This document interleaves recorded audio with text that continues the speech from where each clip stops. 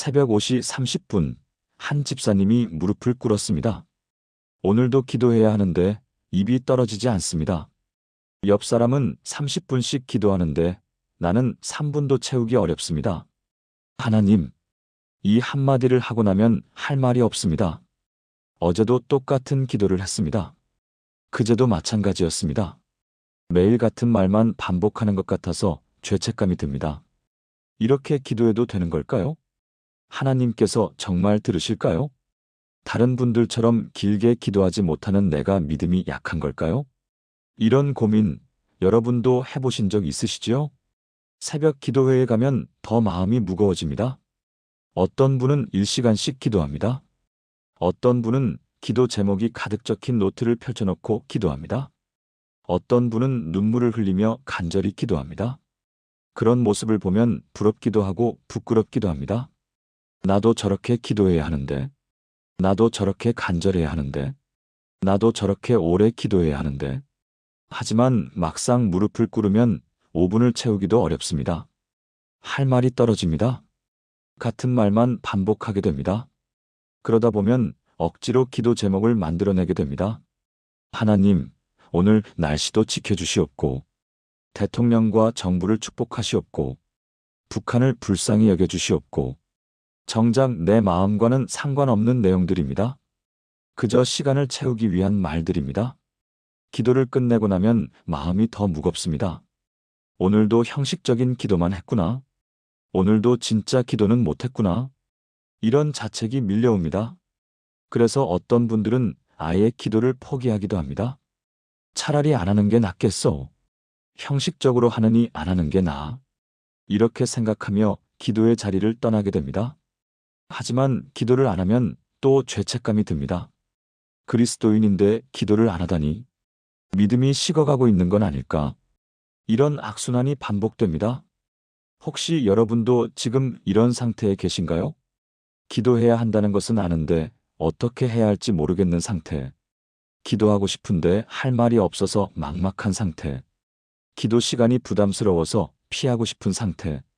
오늘 제가 여러분께 정말 중요한 소식을 전하려고 합니다. 여러분이 지금까지 가지고 있던 기도에 대한 부담감, 그것은 하나님께서 원하신 것이 아닙니다. 여러분이 지금까지 느껴온 죄책감, 그것은 진짜 문제가 아닙니다. 오히려 문제는 우리가 기도에 대해 잘못 배워왔다는 것입니다. 기도는 길어야 한다는 생각, 기도는 화려해야 한다는 생각, 기도는 많은 내용을 담아야 한다는 생각, 이 모든 것이 우리를 짓눌러 왔습니다. 하지만 성경은 정반대로 말씀합니다. 예수님은 오히려 긴 기도를 경계하라고 하셨습니다. 너희는 기도할 때에 이방인과 같이 중언부언하지 말라. 그들은 말을 많이 하여야 들으실 줄 생각하느니라. 마태복음 6장 7절의 말씀입니다. 말을 많이 해야 하나님이 들으신다는 생각, 그것은 이방인의 생각이라고 예수님은 분명히 말씀하셨습니다. 그렇다면 우리는 어떻게 기도해야 할까요? 오늘 저는 여러분께 놀라운 비밀을 나누려고 합니다. 하루에 단 3문장만 반복해도 하나님과 깊은 교제를 나눌 수 있다는 사실입니다. 3문장입니다. 딱 3문장만 있으면 됩니다. 1분도 채 걸리지 않습니다. 하지만 그 짧은 시간이 여러분의 하루를 지켜줄 것입니다. 그 단순한 고백이 여러분의 믿음을 세워줄 것입니다. 그 반복되는 기도가 여러분의 인생을 바꿀 것입니다. 지금부터 함께 나눌 7가지 진리가 여러분의 기도에 대한 모든 부담을 내려놓게 할 것입니다. 더 이상 시간에 쫓기지 않을 것입니다. 더 이상 남과 비교하지 않을 것입니다. 더 이상 죄책감에 시달리지 않을 것입니다. 대신 자유롭게 기도하게 될 것입니다. 기쁘게 기도하게 될 것입니다. 확신 있게 기도하게 될 것입니다. 준비되셨습니까? 그렇다면 함께 시작해 보겠습니다. 첫 번째, 하나님은 말의 양이 아니라 마음의 질을 보십니다. 새벽 기도회에서 실제로 있었던 일입니다. 한 권사님이 30분 동안 기도하셨습니다. 기도 제목도 많았습니다. 자녀들을 위한 기도, 교회를 위한 기도, 나라를 위한 기도. 목소리도 크셨습니다. 열정도 넘치셨습니다. 기도를 마치고 나서 다른 분들이 칭찬했습니다. 권사님, 기도 정말 은혜롭습니다. 저도 권사님처럼 기도하고 싶습니다. 그런데 정작 권사님은 집에 돌아와서 눈물을 흘리셨습니다. 왜냐하면 자신이 진짜로 기도한 것이 아니라는 것을 알았기 때문입니다. 30분 동안 입으로는 기도했지만 마음은 따로 놀고 있었습니다. 기도 제목을 나열하면서도 정작 간절함은 없었습니다. 사람들에게 보이기 위한 기도였다는 것을 스스로 알고 있었습니다. 반면에 한 집사님이 계셨습니다. 이분은 항상 구석에 앉아서 조용히 기도하셨습니다. 시간도 짧았습니다. 5분 정도였습니다. 목소리도 작았습니다. 누가 들을까봐 속삭이듯 기도하셨습니다.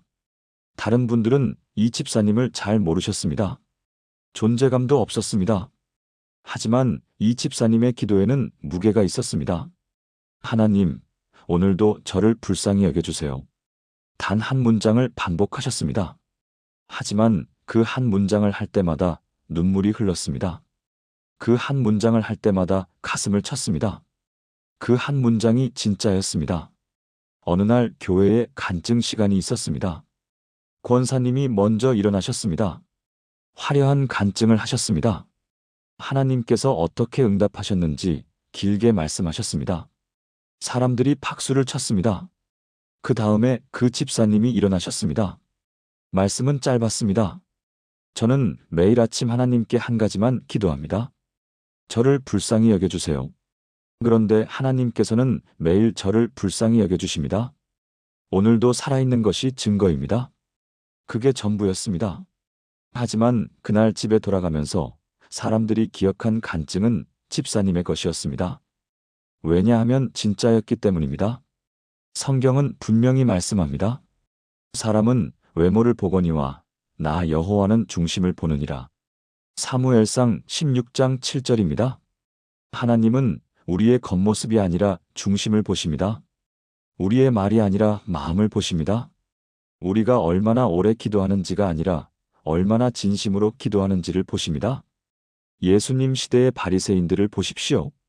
이들은 사람들이 보는 앞에서 길게 기도했습니다. 기도 내용도 화려했습니다. 하지만 예수님은 이렇게 말씀하셨습니다. 화 있을진저 외식하는 서기관들과 바리새인들이여. 마태복음 23장입니다. 그들의 긴 기도를 외식이라고 하셨습니다. 겉으로는 경건해 보이지만 속은 비어 있다고 하셨습니다. 반면에 세리의 기도를 보십시오. 누가복음 18장 13절입니다. 세리는 멀리 서서 감히 눈을 들어 하늘을 쳐다보지도 못하고 다만 가슴을 치며 이르되 하나님이여 불쌍히 여기소서 나는 죄인이로소이다. 단 한 문장이었습니다. 하나님이여 불쌍히 여기소서 나는 죄인이로소이다. 이게 전부였습니다. 10초도 안 걸렸을 것입니다. 하지만 예수님은 말씀하셨습니다. 내가 너희에게 이르노니 이에 저 바리새인이 아니요 이 사람이 의롭다 하심을 받고 집으로 내려갔느니라. 누가복음 18장 14절입니다. 바리새인의 긴 기도가 아니라 세리의 짧은 기도가 하나님께 상달되었습니다. 왜 그렇습니까? 하나님은 말의 양이 아니라 마음의 질을 보시기 때문입니다. 제가 목회하면서 만난 한 어머니의 이야기입니다. 이분은 아들 때문에 매일 기도하셨습니다. 아들이 사고를 당해서 병원에 입원해 있었습니다. 의식불명 상태였습니다. 의사들은 회복이 어렵다고 했습니다. 어머니는 매일 병원 화장실에 들어가서 기도하셨습니다. 사람들이 보면 안 될 것 같았습니다. 너무 창피했습니다. 하지만 기도하지 않을 수 없었습니다. 화장실 변기 앞에 무릎 꿇고 기도하셨습니다. 하나님, 우리 아들, 제발. 말이 나오지 않았습니다. 그저 울기만 하셨습니다. 하나님, 하나님, 하나님, 하나님의 이름만 부르셨습니다. 한 번도 완전한 문장으로 기도하지 못했습니다. 그저 울면서 하나님의 이름만 불렀습니다. 3개월이 지났습니다. 기적이 일어났습니다. 아들이 의식을 회복했습니다. 의사들도 놀랐습니다. 의학적으로 설명이 안 됩니다. 6개월 후 아들은 퇴원했습니다. 완전히 회복되었습니다. 어머니는 간증하셨습니다. 저는 한 번도 제대로 기도하지 못했습니다. 그저 화장실에서 울면서 하나님만 불렀습니다. 하지만 하나님께서는 제 그 눈물을 다 받아주셨습니다. 제 그 부르짖음을 다 들어주셨습니다. 맞습니다. 하나님은 우리의 완벽한 문장을 원하지 않으십니다. 하나님은 우리의 화려한 표현을 기대하지 않으십니다. 하나님은 우리의 진심을 보십니다. 우리의 간절함을 들으십니다. 우리의 마음을 받으십니다. 여러분, 오늘부터 부담 내려놓으십시오. 길게 기도하지 못해서 죄책감 느끼지 마십시오. 화려하게 기도하지 못해서 부끄러워하지 마십시오. 단지 진심으로 하나님을 부르십시오. 단지 솔직하게 여러분의 마음을 여십시오. 그것이면 충분합니다. 하나님은 여러분의 그 마음을 보고 계십니다.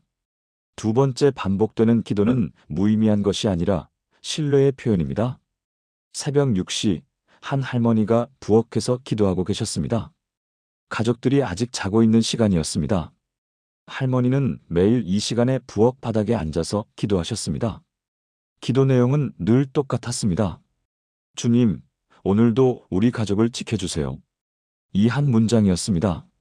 50년 동안 매일 똑같은 기도를 하셨습니다.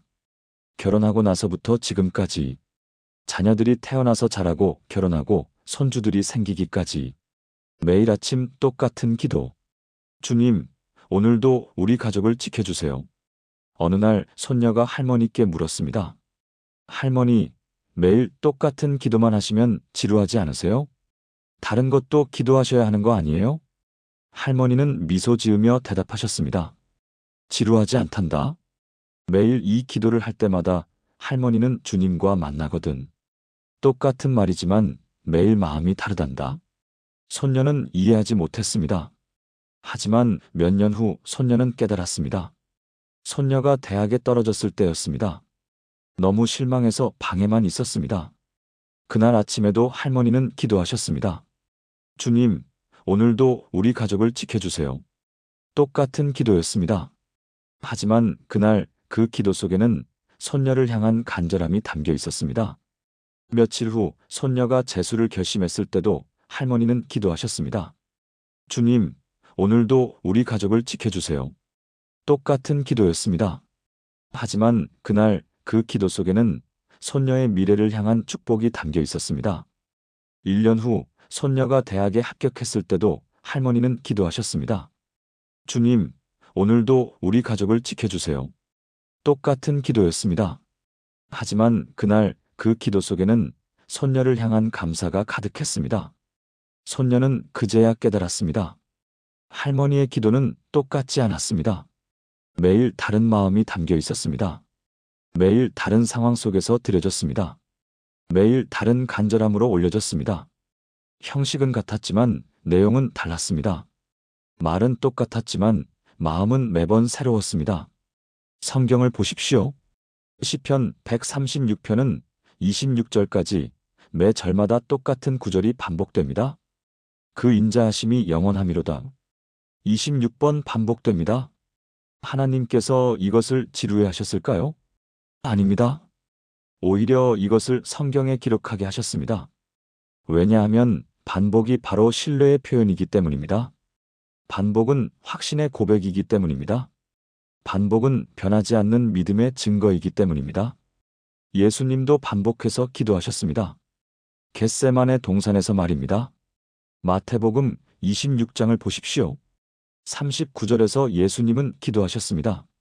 내 아버지여, 만일 할만하시거든 이 잔을 내게서 지나가게 하옵소서. 그러나 나의 원대로 마시옵고 아버지의 원대로 하옵소서.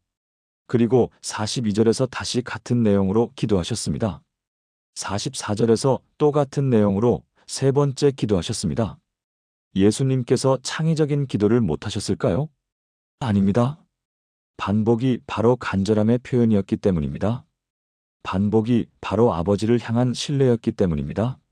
사도 바울도 반복해서 기도했습니다. 고린도후서 12장 8절입니다. 이것이 내게서 떠나가게 하기 위하여 내가 3번 주께 간구하였더니 육체의 가시 때문에 3번 같은 내용으로 기도했습니다. 하나님께서 바울의 반복을 싫어하셨을까요? 아닙니다. 오히려 응답하셨습니다. 내 은혜가 내게 족하도다. 제가 만난 한 아버지의 이야기입니다. 이분은 딸 때문에 10년 동안 매일 기도하셨습니다. 딸이 중학교 때부터 학교를 거부했습니다. 우울증이 있었습니다. 방에만 있었습니다. 아버지는 매일 출근길 차 안에서 기도하셨습니다. 하나님, 우리 딸을 고쳐주세요. 딱 한 문장이었습니다.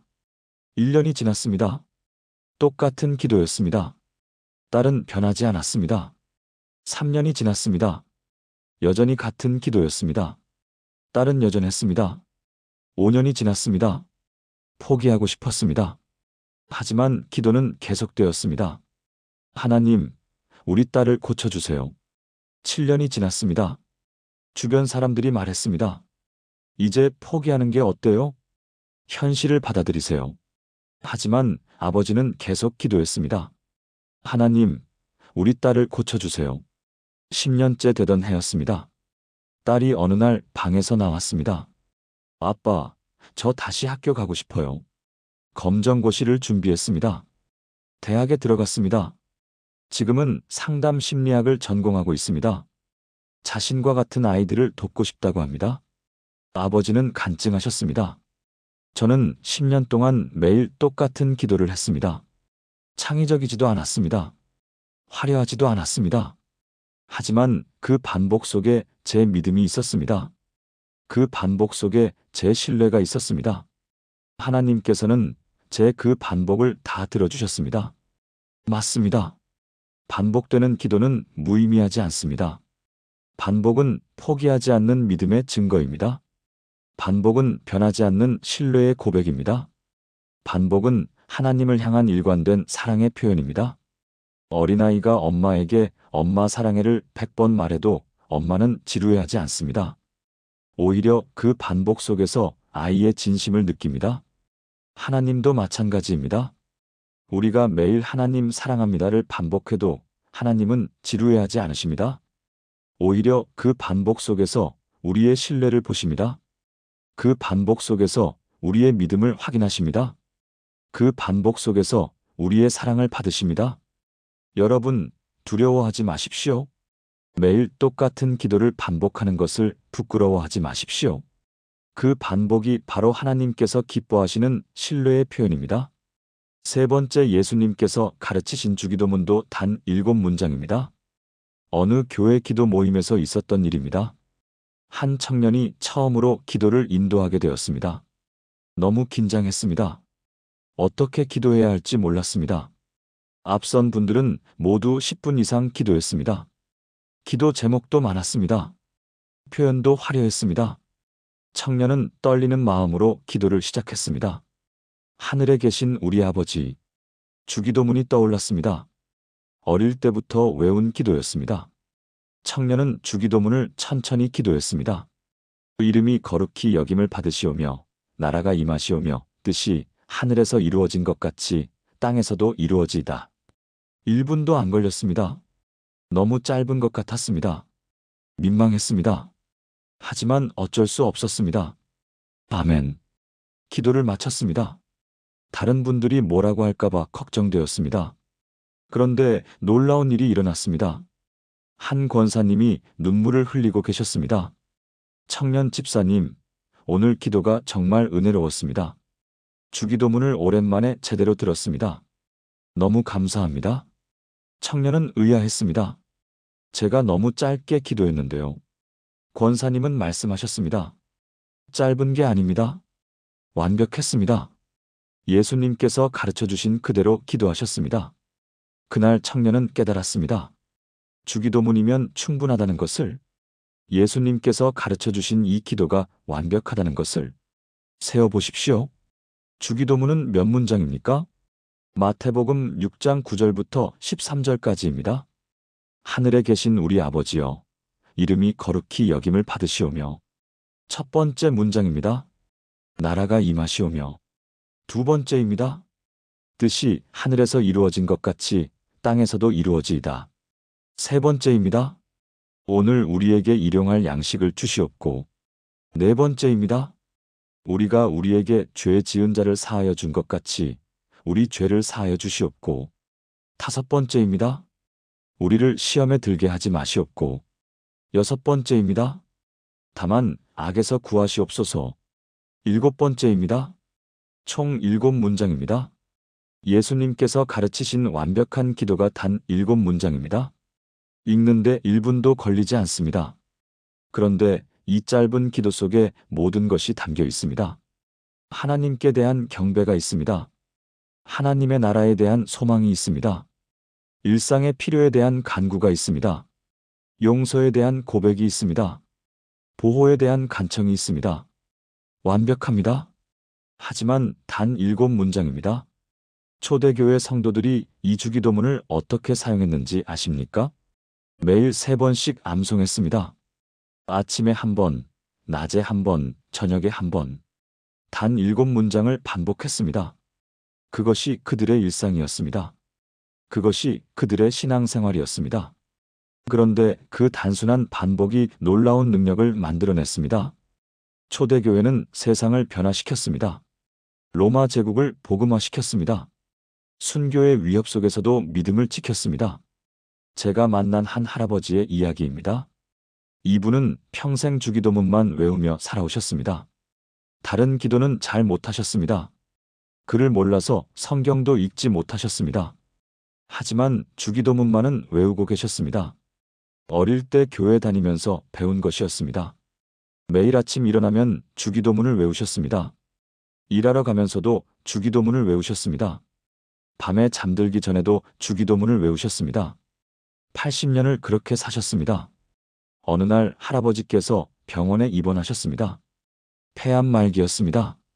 의사가 말했습니다. 이제 얼마 남지 않았습니다.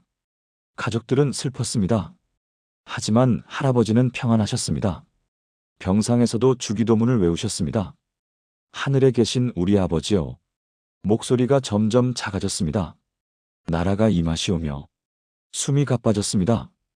뜻이 하늘에서 이루어진 것 같이 마지막 순간이었습니다. 할아버지는 손주들을 불러 모으셨습니다. 그리고 말씀하셨습니다. 얘들아, 할아버지는 평생 이 기도 하나로 살았단다. 이것만 있으면 충분하단다. 그리고 마지막으로 주기도문을 외우셨습니다. 나라가 임하시오며. 이 말을 끝으로 눈을 감으셨습니다. 장례식장에서 많은 사람이 간증했습니다. 할아버지는 평생 주기도문 하나로 사셨지만 그 누구보다 깊은 믿음을 가지셨습니다. 할아버지의 삶 자체가 주기도문이었습니다. 맞습니다. 주기도문은 단 7문장입니다. 하지만 그 7문장 속에 우주의 모든 진리가 담겨 있습니다. 그 7문장 속에 영원한 생명의 비밀이 숨어 있습니다. 그 7문장을 진심으로 반복하는 것만으로도 우리는 하나님과 깊은 교제를 나눌 수 있습니다. 여러분도 부담 내려놓으십시오. 긴 기도를 만들어내려고 애쓰지 마십시오. 예수님께서 가르치신 단순한 기도로 충분합니다. 주기도문 7문장이면 충분합니다. 그것을 진심으로 고백하십시오. 그것을 매일 반복하십시오. 그러면 여러분은 예수님께서 가르치신 완벽한 기도의 능력을 경험하게 될 것입니다. 4번째, 성령님께서 말할 수 없는 탄식으로 우리를 대신하여 간구하십니다. 병원 응급실 대기실에서 있었던 일입니다. 한 아버지가 앉아 있었습니다. 아이가 교통사고를 당해서 수술 중이었습니다. 의사가 말했습니다. 최선을 다하겠지만 장담할 수 없습니다. 아버지는 기도하고 싶었습니다. 하지만 말이 나오지 않았습니다. 하나님, 여기까지만 나왔습니다. 그 다음이 막혔습니다. 무슨 말을 해야 할지 몰랐습니다. 어떻게 기도해야 할지 몰랐습니다. 하나님, 하나님, 하나님, 하나님의 이름만 부를 뿐이었습니다. 눈물만 흘렀습니다. 말은 나오지 않았습니다. 옆에 계시던 목사님이 물으셨습니다. 기도 도와드릴까요? 아버지는 고개를 저었습니다. 말이 안 나옵니다. 기도할 수가 없습니다. 목사님은 아버지의 어깨에 손을 얹으셨습니다. 그리고 말씀하셨습니다. 괜찮습니다. 성령님께서 지금 아버님을 대신해서 기도하고 계십니다. 아버지는 의아했습니다. 제가 아무 말도 못하는데요. 목사님은 로마서 8장 26절을 읽어주.